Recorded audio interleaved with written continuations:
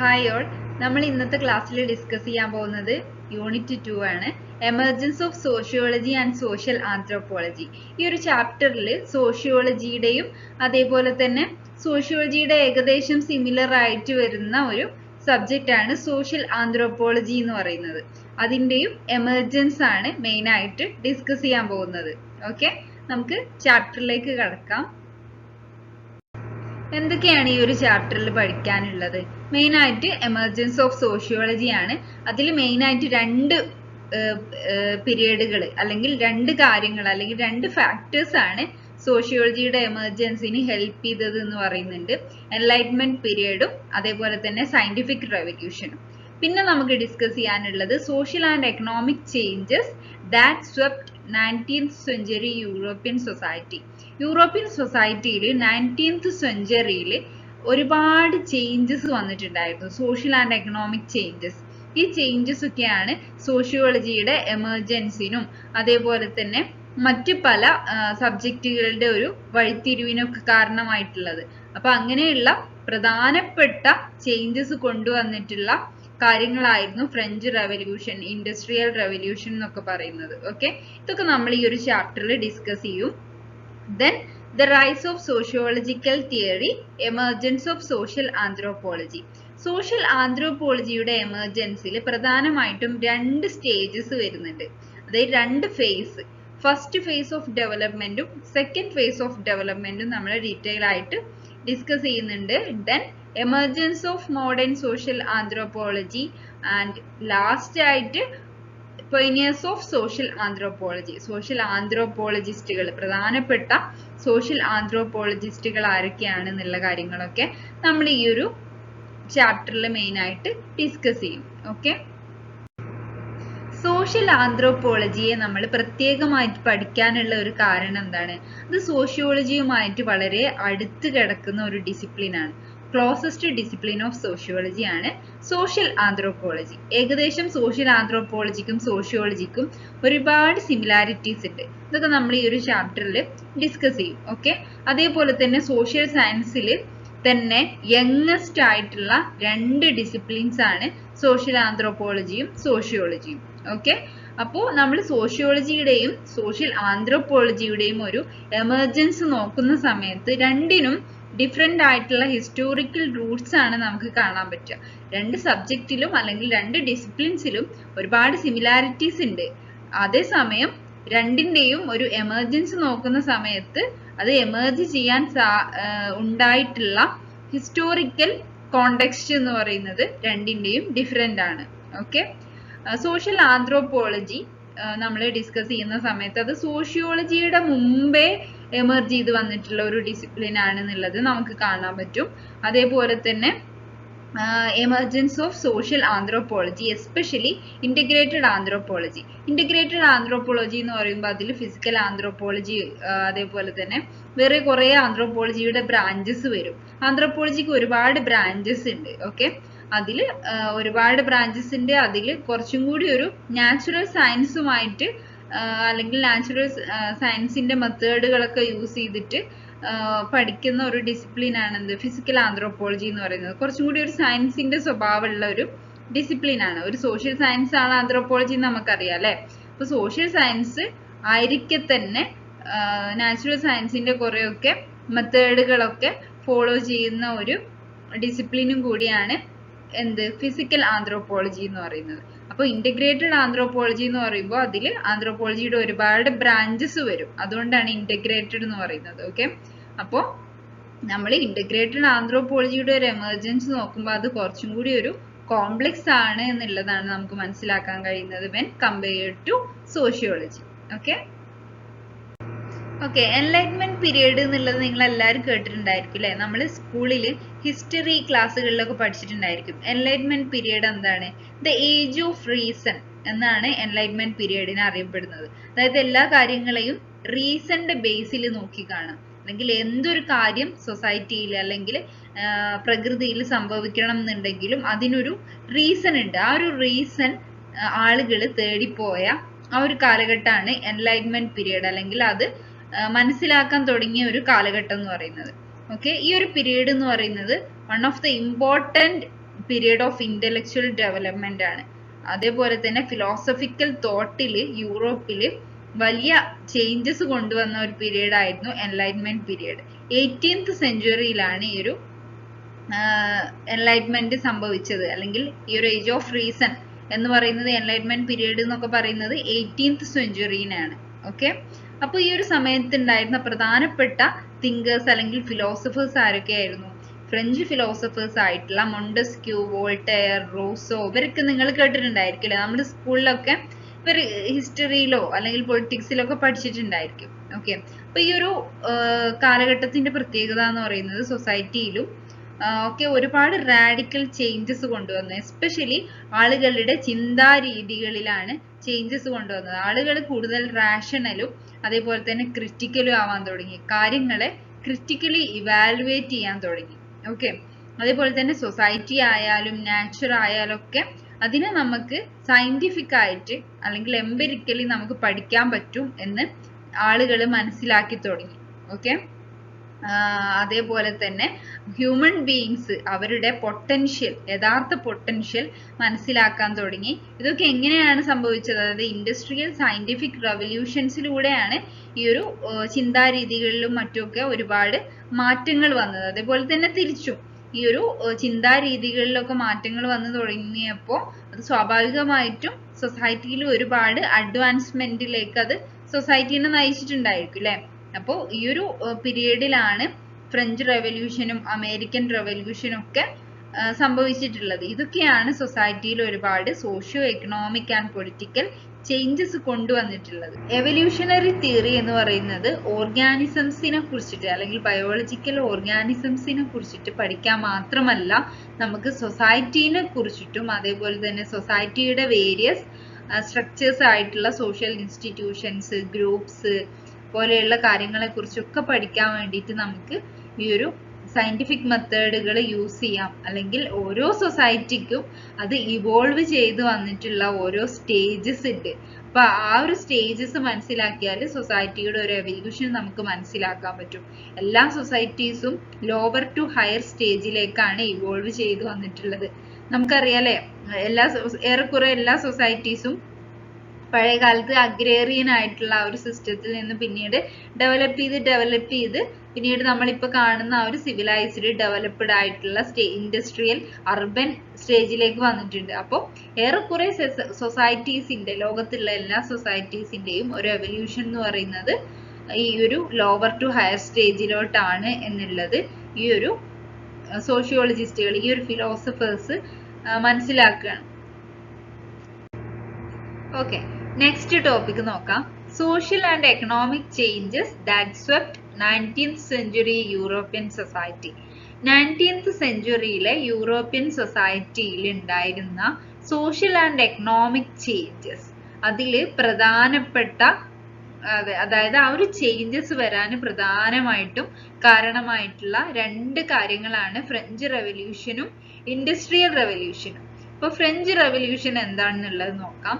നമ്മൾ പഠിച്ചതാണ് അല്ലെ, നേരത്തെ പറഞ്ഞ കാര്യങ്ങളൊക്കെ പോലെ തന്നെ ഫ്രഞ്ച് റെവല്യൂഷനും നമ്മൾ ഹൈസ്കൂൾ ക്ലാസ്സുകളിൽ ഡീറ്റെയിൽ ആയിട്ട് പഠിച്ചിട്ടുണ്ടായിരിക്കും. 1789 ഫ്രഞ്ച് റെവല്യൂഷൻ ഹാപ്പൻ ചെയ്യുന്നത്. നമുക്കറിയാം, അതുവരെ ഉണ്ടായിരുന്ന ഒരു ഫ്യൂഡൽ സിസ്റ്റം മാറിയിട്ട് വേറൊരു സിസ്റ്റത്തിലേക്ക് സൊസൈറ്റി വരികയാണ്. അപ്പൊ അവിടെ ഒരുപാട് ചേഞ്ചസ് വരികയാണ്, സോഷ്യലി ഒരുപാട് ചേഞ്ചസ് വരികയാണ്. എക്കണോമിക് വാല്യൂസിൽ, അതേപോലെ തന്നെ സോഷ്യൽ വാല്യൂസിൽ, കൾച്ചറൽ വാല്യൂസിൽ, പൊളിറ്റിക്കൽ ആയിട്ടുള്ള ഫാക്ടേഴ്സിലും ഒക്കെ ചേഞ്ചസ് വരികയാണ്. ഓക്കെ, ഒരു ലിബറൽ ഡെമോക്രസിയെ ആ ഒരു ഫ്രഞ്ച് സൊസൈറ്റി വെൽക്കം ചെയ്യാണ്, ആ ഒരു ഫ്യൂഡൽ സിസ്റ്റം മാറിയിട്ട്. ഓക്കെ, അപ്പോൾ ഇതൊക്കെ സൊസൈറ്റിയിൽ ഒരുപാട് ചേഞ്ചസ് വന്നിട്ടുണ്ടായിരുന്നു. പൊളിറ്റിക്കലി മാത്രമല്ല, എക്കണോമിക്കലി, കൾച്ചറലി ഒക്കെ ചേഞ്ച് വന്നിട്ടുണ്ടായിരുന്നു. ആളുകളുടെ വാല്യൂസിലൊക്കെ ഒരുപാട് ചേഞ്ച് വന്നിട്ടുണ്ടായിരുന്നു. ഓക്കെ, അപ്പൊ ലിബർട്ടി, ഫ്രറ്റേണിറ്റി, ഈക്വാലിറ്റി എന്ന് പറയുന്ന 3 കൺസെപ്റ്റുകളെ കുറിച്ചിട്ട് നിങ്ങൾ കേട്ടിട്ടുണ്ടായിരിക്കും. ഈ കൺസെപ്റ്റുകളൊക്കെ ഈ ഒരു ഫ്രഞ്ച് റെവല്യൂഷന്റെ സമയത്ത് വന്നിട്ടുള്ള പ്രധാനപ്പെട്ട ഐഡിയാസ് ആണ് അല്ലെ. ആ ഒരു ഫ്രഞ്ച് റെവല്യൂഷന്റെ സമയത്ത് ഫ്രാൻസിൽ അല്ലെങ്കിൽ യൂറോപ്പിൽ ഉണ്ടായിട്ടുള്ള ആ ഒരു ഐഡിയാസ് പിന്നീട് ലോകത്തിന്റെ പല ഭാഗങ്ങളെയും പല ഭാഗങ്ങളിലുള്ള സമൂഹങ്ങളെയും ആളുകളെയും ഒക്കെ വളരെയധികം ഇൻഫ്ലുവൻസ് ചെയ്തിട്ടുണ്ടായിരുന്നു. അപ്പോൾ മറ്റ് കോണ്ടിനെന്റ്സുകളിലേക്ക് അത് വ്യാപിച്ചിട്ടുണ്ടായിരുന്നു. ഇന്ത്യൻ കോൺസ്റ്റിറ്റ്യൂഷനിൽ ഈ 3 ഐഡിയാസ് നമ്മുടെ പ്രിയാമ്പിളിൽ വരുന്നുണ്ട് അല്ലേ. അപ്പോൾ ഇതൊക്കെ എന്താണ് ഈ ഒരു ഫ്രഞ്ച് റെവല്യൂഷനെ ഇൻഫ്ലുവൻസ് ചെയ്തിട്ട് വന്നതാണ്. ഓക്കെ, അപ്പോൾ ഈ ഒരു സമയത്തിന്റെ ഒരു പ്രത്യേകത എന്ന് പറയുന്നത് എന്തായിരുന്നു? Age of reason and rationalism. നേരത്തെ നമ്മൾ പറഞ്ഞിട്ടുള്ള ആ ഒരു എൻലൈറ്റ്മെന്റ് പീരീഡിൽ ഉണ്ടായിരുന്ന പോലെ തന്നെ ആളുകള് എല്ലാ കാര്യങ്ങളെയും, അതായത് ആളുകൾ വിശ്വസിച്ചിരുന്നത് all true things could be proved by reason. അതായത് ഒരു കാര്യം റിയൽ ആണ് എന്ന് പ്രൂവ് ചെയ്യണമെന്നുണ്ടെങ്കിൽ അതിന്റെ പിന്നിലുള്ള റീസൺ അറിഞ്ഞിരിക്കണം എന്നുള്ളതായിരുന്നു ആ ഒരു സമയത്ത് ഉണ്ടായിരുന്ന ഫിലോസഫേഴ്സ് മെയിൻ ആയിട്ട് പറഞ്ഞുകൊണ്ടിരുന്നത്. അത് തന്നെയായിരുന്നു അവിടുത്തെ ആളുകൾ വിശ്വസിച്ചിരുന്നതും. ഓക്കെ, മൊണ്ടസ്ക്യൂ, വോൾട്ടയർ, റൂസോ പറയുന്ന ഫിലോസഫേഴ്സ് ഒക്കെ ഈ ഒരു സമയത്ത് ഉണ്ടായിരുന്ന ഫിലോസഫേഴ്സ് ആണ് നമുക്ക് അറിയാൻ പറ്റും അല്ലെ. അപ്പോൾ യൂറോപ്പ് ആ ഒരു ഏജ് ഓഫ് ഫ്യൂഡലിസത്തിൽ നിന്ന് മാറിയിട്ട് ലിബറൽ ഡെമോക്രസിയിലേക്ക് എത്തിച്ചേരാണ്. ഓക്കെ, അപ്പോൾ ഈ ഒരു റെവല്യൂഷൻ, അതായത് ഐഡിയാസിൽ വന്നിട്ടുള്ള റെവല്യൂഷൻ, അതേപോലെ തന്നെ long series of political revolutions ഒക്കെ സോഷ്യോളജിക്കൽ തിയറൈസിങ് അല്ലെങ്കിൽ സോഷ്യോളജിക്കൽ തിയറീസിന്റെ എമർജൻസിന് കാരണമായി എന്നുള്ളതാണ് പറയുന്നത്. ഓക്കെ, അപ്പോൾ ഫ്രഞ്ച് റെവല്യൂഷൻ ലോകത്തിന് കോൺട്രിബ്യൂട്ട് ചെയ്തിട്ടുള്ള കുറച്ച് പോസിറ്റീവ് ആയിട്ടുള്ള ഐഡിയാസിനെയും വാല്യൂസിനെയൊക്കെ കുറിച്ചിട്ടാണ് നമ്മൾ പറഞ്ഞത് അല്ലേ.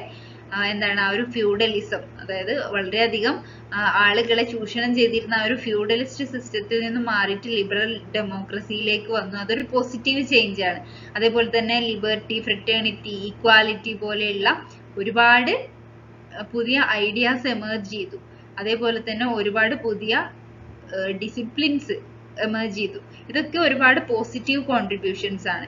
അതുപോലെ തന്നെ ഈ ഫ്രഞ്ച് റെവല്യൂഷൻ ഒരു നെഗറ്റീവ് സൈഡ് ഫിലോസഫേഴ്സ് പറയുന്നത് എന്താന്ന് വെച്ചാൽ സൊസൈറ്റി ഒരു ഡ്രാസ്റ്റിക് ചേഞ്ചിലോട്ട് മാറി. അതായത് പല കാര്യങ്ങളും നമ്മൾ പറഞ്ഞു, ഒരുപാട് സൊസൈറ്റിയിലുള്ള socio economic and political factors അല്ലെങ്കിൽ വാല്യൂസ് മാറിയപ്പോൾ അത് ഒരുപാട് സൊസൈറ്റിയിലുള്ള പൊളിറ്റിക്കൽ എക്കണോമിക് സ്ട്രക്ചേഴ്സിനെയും ചേഞ്ച് ചെയ്തിട്ടുണ്ടായിരുന്നു.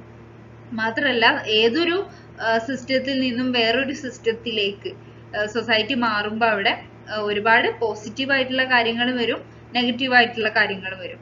അപ്പൊ എന്താണ് ഫ്രഞ്ച് സൊസൈറ്റിയിൽ അല്ലെങ്കിൽ വെസ്റ്റേൺ യൂറോപ്യൻ സൊസൈറ്റിയിൽ ഒരുപാട് ക്യാവോസ് അല്ലെങ്കിൽ ഡിസോർഡേഴ്സ് വന്നു. അതായത് പെട്ടെന്നുള്ള ആ ഒരു ചേഞ്ചിനെ ഉൾക്കൊള്ളാനും ചില സോഷ്യൽ സ്ട്രക്ചേഴ്സിന് അല്ലെങ്കിൽ ചില ആളുകൾക്ക് ബുദ്ധിമുട്ടുണ്ടാകും സ്വാഭാവികമായിട്ടും. പിന്നെ മാത്രമല്ല ഈ ഒരു മാറ്റത്തെ ഉൾക്കൊള്ളാന് കഴിയില്ലാതെ ചില പ്രദേശങ്ങൾക്ക് കഴിയില്ല. അതേപോലെ തന്നെ എന്താണ് അത് ഒരുപാട് സൊസൈറ്റിയിൽ അതുവരെ സൊസൈറ്റിയിൽ ഉണ്ടായിരുന്ന ആ ഒരു സോഷ്യൽ എക്കണോമിക് ആൻഡ് പൊളിറ്റിക്കൽ ഓർഡറിൽ നിന്നും മാറിയിട്ട് വേറൊരു ഓർഡറിലേക്ക് സൊസൈറ്റി മാറി. ഇതിനെ ഒരു ഡിസോർഡർ ആയിട്ടാണ് പല ഫിലോസഫേഴ്സും മനസ്സിലാക്കിയത്. അപ്പോൾ സൊസൈറ്റി ഇങ്ങനെ ഒരു സിസ്റ്റത്തിൽ നിന്നും വേറൊരു സിസ്റ്റത്തിലേക്ക് ട്രാൻസ്ഫോം ചെയ്തപ്പോൾ അവിടെ ഒരുപാട് പ്രോബ്ലംസ് ഉണ്ടായി. ഓക്കെ, ആ ഒരു പ്രോബ്ലംസിനെ അനലൈസ് ചെയ്യാനോ അല്ലെങ്കിൽ ആ ഒരു പ്രോബ്ലംസിന് സൊല്യൂഷൻ കണ്ടെത്താനോ പെട്ടെന്ന്, കാരണം പുതിയ കാര്യങ്ങളാണല്ലോ, അപ്പൊ പുതിയ കാര്യങ്ങളെ കുറിച്ചിട്ട് ആരും അവെയർ അല്ല. അപ്പോൾ ഒരുപാട് പ്രശ്നങ്ങൾ ആ ഒരു സൊസൈറ്റിയിൽ ഉണ്ടായി. ആ ഒരു അതായത് ഡിസോർഡർ ആയി കിടക്കുന്ന ആ ഒരു സൊസൈറ്റിയെ പഴയ ഓർഡറിലേക്ക് അല്ലെങ്കിൽ പഴയ സിസ്റ്റത്തിലേക്ക് കൊണ്ടുപോവാന്ന് പറയുന്നത് ഒരിക്കലും പോസിബിൾ അല്ല അല്ലെ. സൊസൈറ്റി എൻറ്റയർലി ചേഞ്ച് ആയി. ഇനി ആ ഒരു ചേഞ്ചിനകത്ത് നിന്നിട്ട് നമുക്ക് എങ്ങനെ നല്ല രീതിയിൽ മുന്നോട്ട് പോവാം എന്നുള്ളത് മാത്രമേ അവിടെ ഒരു സൊല്യൂഷൻ ഉള്ളൂ. അപ്പോൾ ഒരുപാട് സോഷ്യൽ ഫിലോസഫേഴ്സ് ഈ ഒരു സൊസൈറ്റിയിൽ ഉണ്ടായിട്ടുള്ള പല ബുദ്ധിമുട്ടുകളെയും എങ്ങനെ പഠിക്കാം അല്ലെങ്കിൽ എങ്ങനെ അണ്ടർസ്റ്റാൻഡ് ചെയ്യാം, സൊസൈറ്റി എങ്ങനെ അണ്ടർസ്റ്റാൻഡ് ചെയ്യാം, കൂടുതൽ നല്ല രീതിയിൽ ഒരു സൊസൈറ്റിയുടെ റിയാലിറ്റി എന്താണ് അല്ലെങ്കിൽ ഒരു സൊസൈറ്റി എന്താണോ അതിന് ആ ഒരു രീതിയിൽ പഠിക്കാനൊക്കെ ഒരുപാട് ഫിലോസഫേഴ്സ് മുന്നോട്ട് വന്നു. അങ്ങനെയാണ് സോഷ്യോളജി എന്ന് പറയുന്ന ആ ഒരു ഡിസിപ്ലിൻ, അതായത് സൊസൈറ്റിയെ കുറിച്ചിട്ട് പഠിക്കാനും ഈ ഒരു സൊസൈറ്റിക്ക് ഫ്രഞ്ച് റെവല്യൂഷനിലൂടെ വന്നിട്ടുള്ള ആ ഒരു ഡിസോർഡേഴ്സിനെ അല്ലെങ്കിൽ ആ ഒരു ക്യാവസിനെ കുറിച്ചിട്ട് പഠിക്കാനൊക്കെ ഒരു ഡിസിപ്ലിൻ അത്യാവശ്യമാണ് എന്നുള്ളത് കുറച്ച് തിങ്കേഴ്സ് അല്ലെങ്കിൽ കുറച്ച് ഫിലോസഫേഴ്സ് മനസ്സിലാക്കിയിട്ടാണ് ഇങ്ങനെയുള്ള ഒരു സോഷ്യോളജി എന്നുള്ള ഒരു ഡിസിപ്ലിനിലേക്ക് അവർ എത്തിച്ചേരുന്നത്. ഇങ്ങനെ ഈ ഒരു ഓർഡറിനെ കുറിച്ചിട്ട് പഠിക്കാൻ അല്ലെങ്കിൽ സോഷ്യൽ ഓർഡറിനെ കുറിച്ചിട്ട് മനസ്സിലാക്കാനും അതിലുള്ള ഇഷ്യൂസിനെ അനലൈസ് ചെയ്യാനൊക്കെ വേണ്ടിയിട്ട് മുന്നോട്ട് വന്നിട്ടുള്ള കുറച്ച് ക്ലാസിക്കൽ സോഷ്യോളജിസ്റ്റുകൾ അല്ലെങ്കിൽ സോഷ്യോളജിക്കൽ തിയറിസ്റ്റുകളായിരുന്നു കോംറ്റെ, ഡർക്കെയിം, പാഴ്സൺ എന്നൊക്കെ പറയുന്നത്. ഓക്കെ, ഇതൊക്കെ യൂറോപ്യൻ തിങ്കേഴ്സ് ആയിരുന്നു. നെക്സ്റ്റ് നോക്കാനുള്ളത് ഇൻഡസ്ട്രിയൽ റെവല്യൂഷൻ ആണ്. ഇൻഡസ്ട്രിയൽ റെവല്യൂഷൻ എന്ന് പറയുമ്പോൾ അതൊരു സീരീസ് ഓഫ് ഇവന്റ്സ് ആണ്.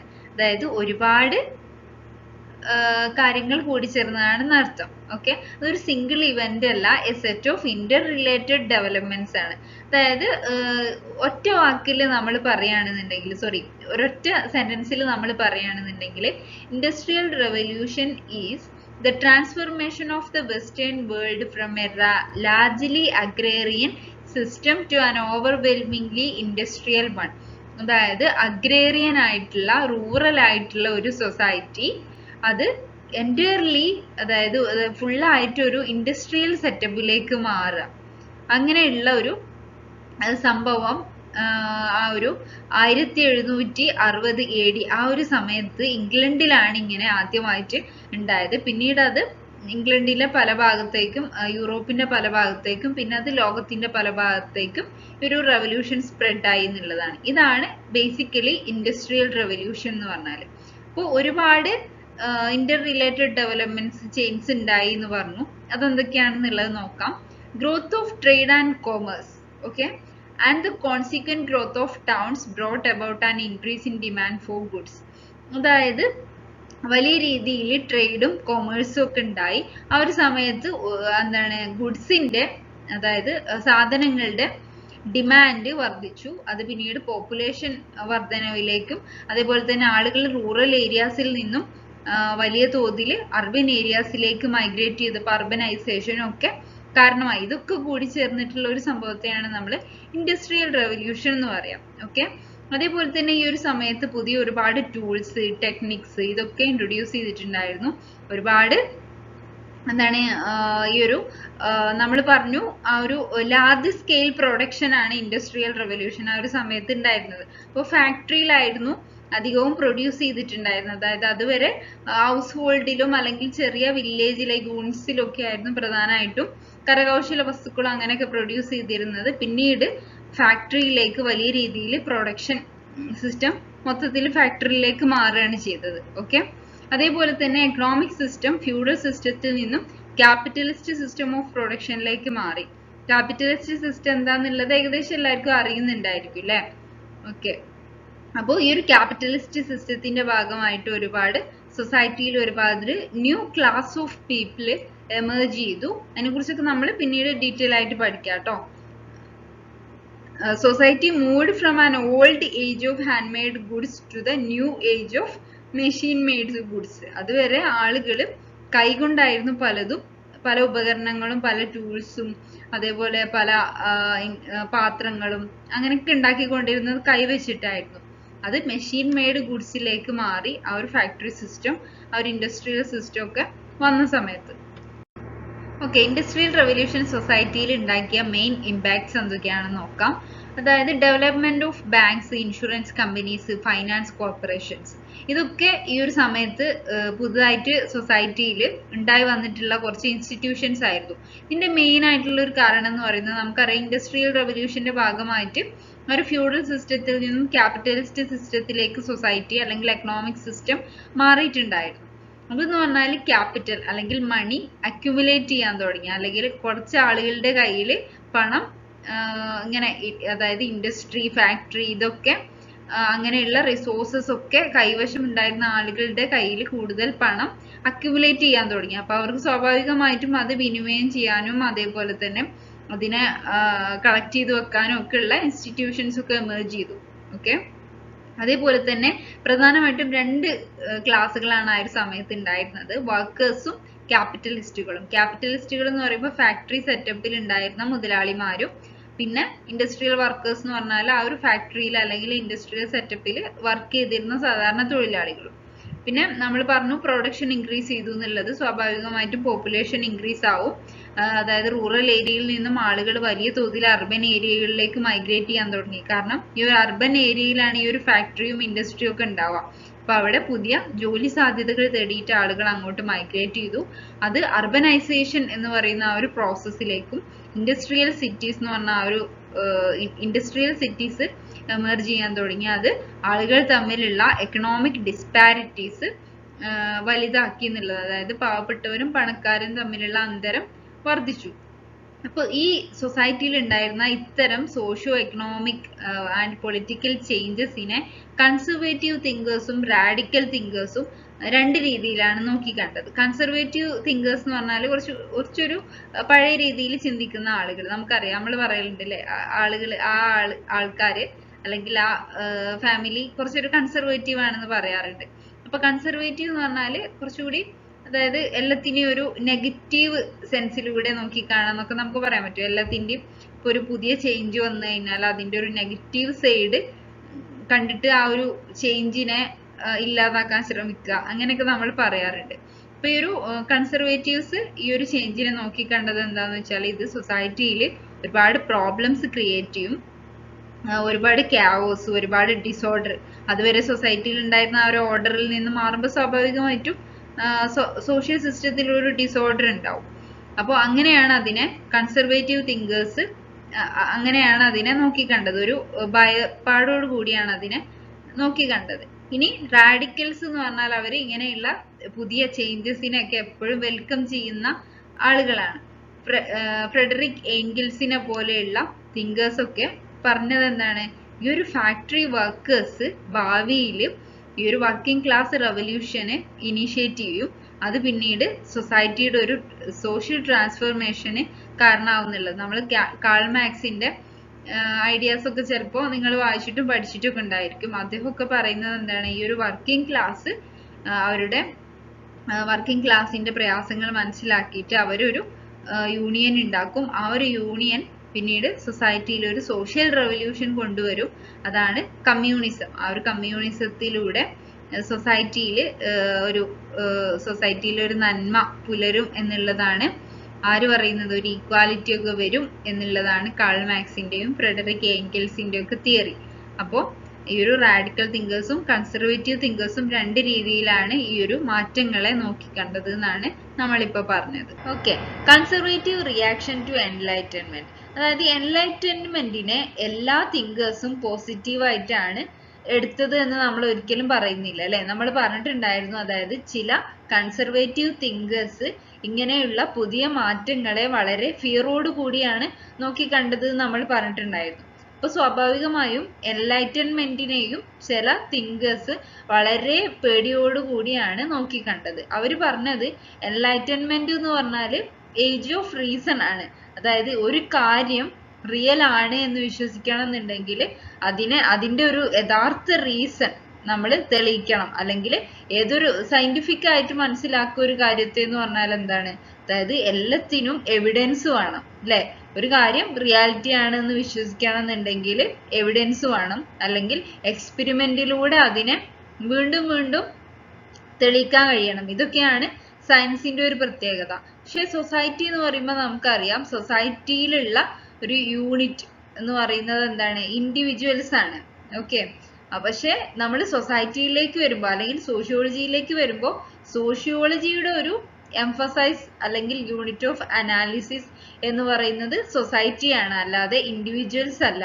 ഓക്കെ, അപ്പോൾ സൊസൈറ്റിനെ കുറിച്ചിട്ട് പഠിക്കുക എന്ന് പറയുമ്പോൾ ആ ഒരു സൊസൈറ്റിയിൽ ഒരുപാട് ഇൻഡിവിജ്വൽസ് കൂടി ചേർന്ന ഒരു ഗ്രൂപ്പാണ് സൊസൈറ്റി എന്ന് പറയുന്നത്. അപ്പോൾ സൊസൈറ്റിയെ കുറിച്ചിട്ട് സയന്റിഫിക് ആയിട്ട് പഠിക്കുക എന്ന് പറയുന്നത് പലപ്പോഴും പോസിബിൾ അല്ല. കാരണം സൊസൈറ്റി എപ്പോഴും ഈ ഒരു പലതരത്തിലുള്ള ചേഞ്ചസിന് വിധേയമായിക്കൊണ്ടിരിക്കും. ഇന്ന് കാണുന്ന സൊസൈറ്റി ആവില്ല ഒരു 2 weeks കഴിഞ്ഞാൽ ചിലപ്പോൾ കാണാൻ പറ്റും അല്ലെ. അവിടെയുള്ള ആളുകളുടെ വാല്യൂസും അതേപോലെ തന്നെ അവിടെ ചിലപ്പോൾ പുതിയ ഒരുപാട് കൾച്ചറൽ ബിഹേവിയേഴ്സ് ഒക്കെ വന്നിട്ടുണ്ടായിരിക്കും. അപ്പോൾ ഒരു സൊസൈറ്റി ഒരിക്കലും കോൺസ്റ്റന്റ് ആയിട്ട് നിലനിൽക്കൂല, അതിങ്ങനെ ചേഞ്ച് ചെയ്തുകൊണ്ടേയിരിക്കും. അപ്പൊ അതിനെ എന്താണ്, ഒരു സയന്റിഫിക് വേയിലൂടെ അല്ലെങ്കിൽ എക്സ്പെരിമെന്റ് നടത്തിയിട്ട് അണ്ടർസ്റ്റാൻഡ് ചെയ്യുക എന്ന് പറയുന്നത് ഒരിക്കലും പോസിബിൾ അല്ല. ഓക്കെ, അപ്പോൾ അതായിരുന്നു അതൊരു ചലഞ്ച് ആയിരുന്നു യഥാർത്ഥത്തിൽ. അതായത് എൻലൈറ്റൻമെന്റ് എന്ന് പറയുമ്പോൾ അത് സയന്റിഫിക് ആണ്, അതേപോലെ തന്നെ ഏജ് ഓഫ് റീസൺ ആണ്.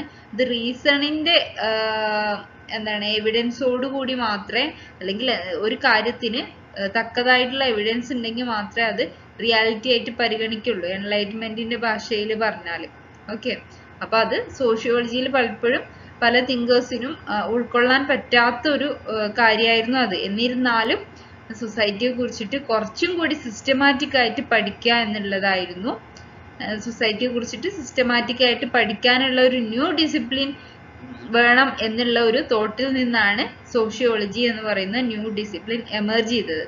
അതേപോലെ തന്നെ ഹാർമണി, സ്റ്റെബിലിറ്റി, യൂണിറ്റി പോലെ എൻലൈറ്റ്മെന്റ് സമയത്ത് ഉണ്ടായിരുന്ന കുറച്ച് വാല്യൂസ് കൺസർവേറ്റീവ് തിങ്കേഴ്സിനെ ഹൈലി ഇൻഫ്ലുവൻസ് ചെയ്തിട്ടുണ്ടായിരുന്നു. യഥാർത്ഥത്തിൽ സോഷ്യോളജിയുടെ ഒരു ഗോളും അതായിരുന്നു, നമുക്കറിയാം അല്ലെ, സൊസൈറ്റിയിൽ ഒരു ഓർഡർ ഉണ്ടാക്കുക, അല്ലെങ്കിൽ സൊസൈറ്റിയിൽ ഒരു പഴയ ആ ഒരു ഹാർമണി, യൂണിറ്റി, സ്റ്റെബിലിറ്റി ഇതൊക്കെ മെയിൻറ്റെയിൻ ചെയ്യാന്നുള്ളതായിരുന്നു സോഷ്യോളജിയുടെ ഒരു പർപ്പസ്. കാരണം സോഷ്യോളജി എന്ന് പറഞ്ഞാൽ സൊസൈറ്റിയിൽ ആ ഒരു സമയത്ത് ഉണ്ടായിരുന്ന ക്യാവോസിനെ പരിഹരിക്കാൻ വേണ്ടിയിട്ട് വന്നൊരു ഡിസിപ്ലിനാണ്. അപ്പോൾ അത് ഹാർമണിയിലൂടെ മാത്രമേ സാധ്യമാവുള്ളൂ അല്ലെ. അതേപോലെ തന്നെ എൻലൈറ്റ്മെന്റ് സമയത്ത് ഉണ്ടായിരുന്ന കുറച്ച് മെത്തേഡ്സ്, അതാണ് സയന്റിഫിക് മെത്തേഡ്സ്. അപ്പൊ ആ ഒരു സയന്റിഫിക് മെത്തേഡ്സിലൂടെ സൊസൈറ്റിയെ പഠിക്കുക എന്ന് പറയുമ്പോൾ കുറച്ചും കൂടി ഒബ്ജക്റ്റീവ് ആയിട്ട്, കുറച്ചും കൂടി സിസ്റ്റമാറ്റിക് ആയിട്ട്, സോഷ്യൽ സയൻസിൽ നമുക്ക് നാച്ചുറൽ സയൻസുകളിലെ എല്ലാ മെത്തേഡുകളും ചിലപ്പോൾ യൂസ് ചെയ്യാൻ പറ്റൂല, പക്ഷെ കുറച്ചൊക്കെ സയന്റിഫിക് ആയിട്ടുള്ള ടൂൾസ്, മെത്തേഡ്സും ടെക്നിക്സും ഒക്കെ നമുക്ക് സോഷ്യോളജിയിൽ സൊസൈറ്റിനെ പഠിക്കാൻ വേണ്ടിയിട്ടും യൂസ് ചെയ്യാമെന്ന് കുറച്ച് തിങ്കേഴ്സ് അങ്ങനെ മനസ്സിലാക്കിയിട്ടാണ് ഈ ഒരു സോഷ്യോളജിയും സോഷ്യോളജിക്കൽ തിയറിയും ഒക്കെ നിലവിൽ വരുന്നത്. ഓക്കെ.